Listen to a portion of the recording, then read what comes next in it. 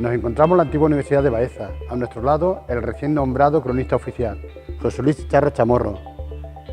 José Luis, ahora mismo nos encontramos en la zona más noble de la propia universidad, ¿no? Sí, efectivamente. Este espacio es el Paraninfo, que antiguamente se llamaba teatro, y es el espacio en donde se hacían las grandes sesiones académicas, la defensa de las tesis doctorales, la colación de grados, es decir, la entrega de los títulos, y también pues tenemos una decoración que es del siglo XVIII. Entonces el espacio es un espacio elevado que está marcado por la altura, una obra de finales del siglo XVI en estilo manierista, y la decoración de las pinturas y todo el teatro propiamente dicho, las gradas, pues son del siglo XVIII. Entonces tenemos, por ejemplo, una pintura a la entrada con el retrato del Papa Pablo III, que da la bula fundacional a Rodrigo López, que es un baezano que está en el Vaticano, y luego tenemos dos grandes pinturas, una que representa a San Juan de Ávila, que fue el primer patrono y rector de la universidad, y Diego Pérez de Valdivia, que era un catedrático, predicador en Baeza. Y en la cabecera de este espacio cuadrangular tenemos la Santísima Trinidad, porque esta universidad es de fundación católica y tiene como lema la Santísima Trinidad, y esa pintura del siglo XVIII pues es una copia de una que se encuentra en el Museo del Prado.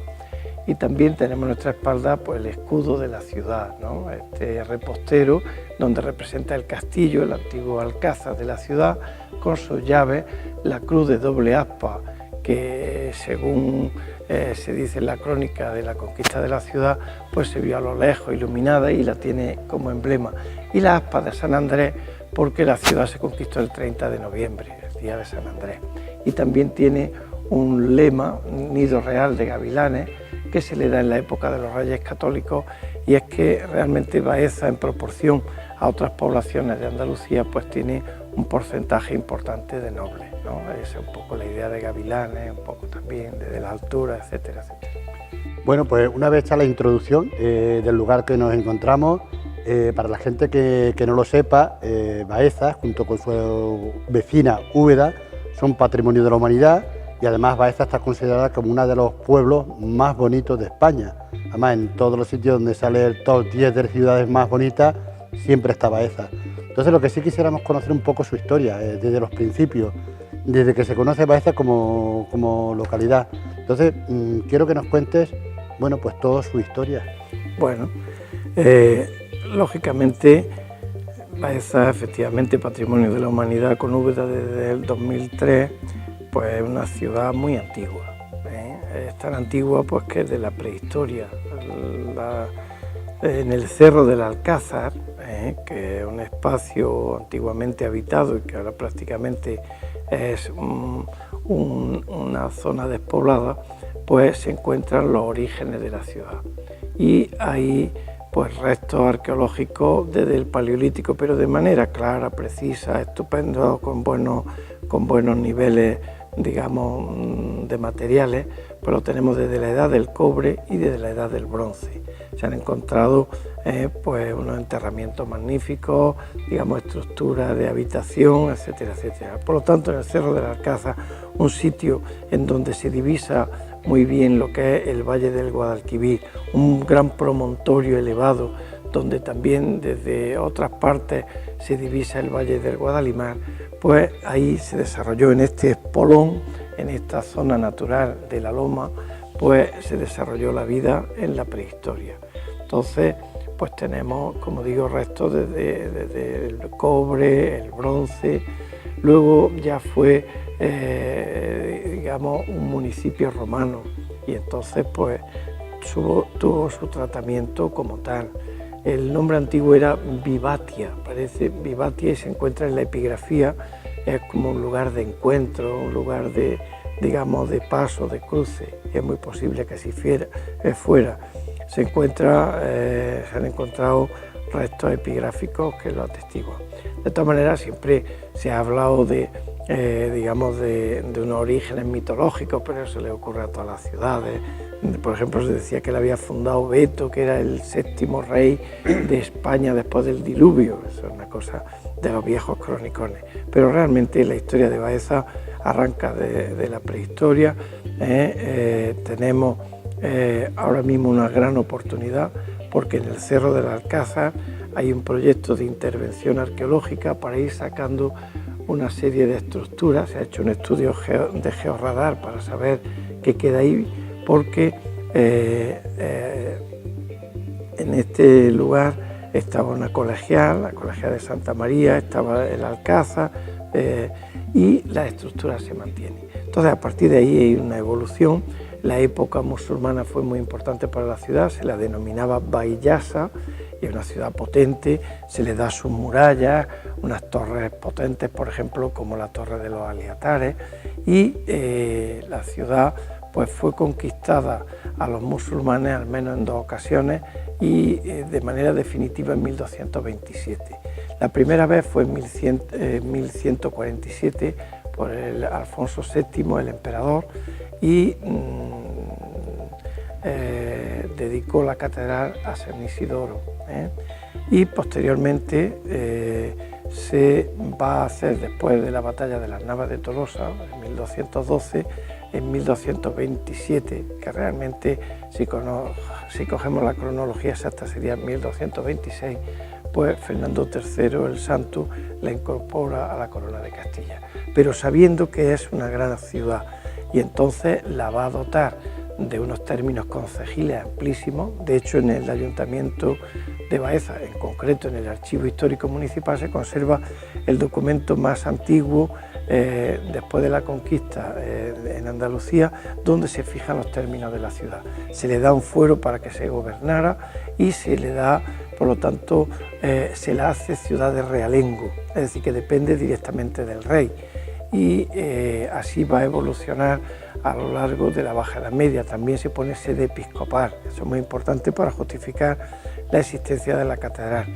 Y esta ciudad se va a ir desarrollando lentamente con una gran población nobiliaria en la Baja Edad Media, y en el siglo XVI va a ser un momento de eclosión de la ciudad, en todos los sentidos, en el aspecto económico, en el aspecto social, en el aspecto también cultural, porque se va a crear esta universidad, 1538.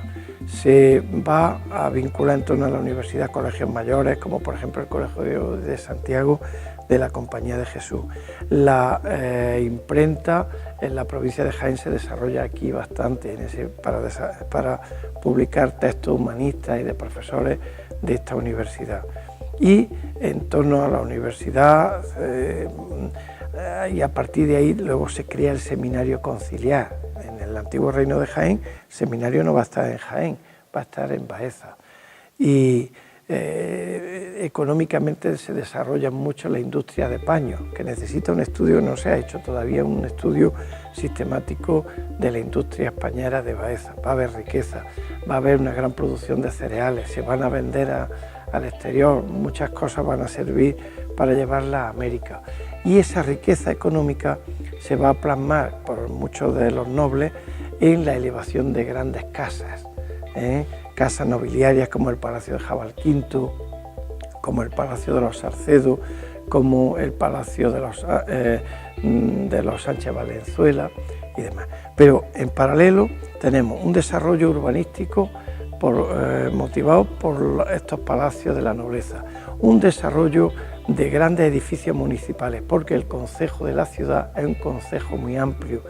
Baeza es una ciudad rica ¿Y qué ocurre?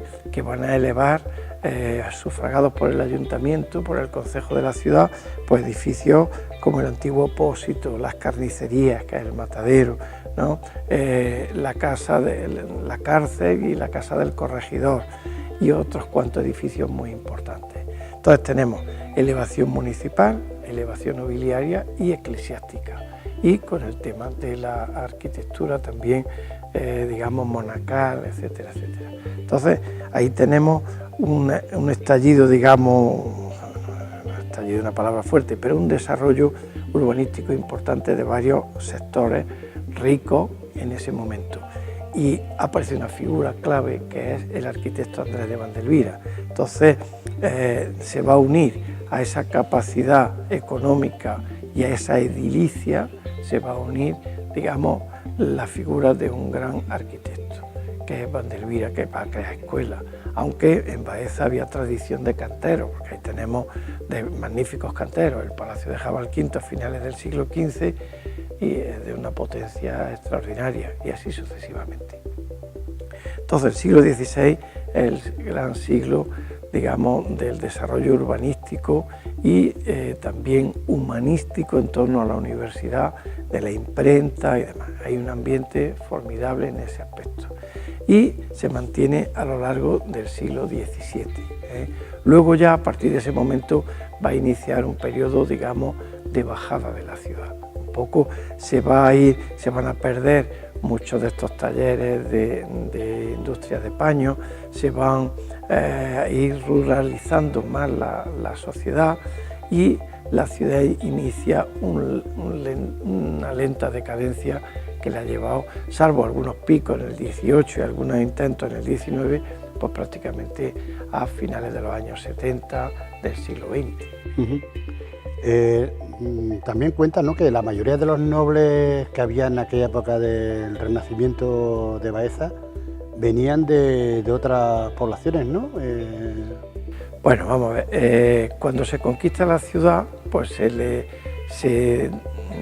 se va a convertir Baeza en una cabecera de puente para la conquista del Valle del Guadalquivir. Entonces necesita gente de armas, que normalmente está vinculado a los caballeros, a los nobles. Entonces hay una nómina nobiliaria importante aquí. Algunos vienen posteriormente, ¿no?, pero básicamente tiene una raigambre medieval la nobleza media, una nobleza agraria sobre todo.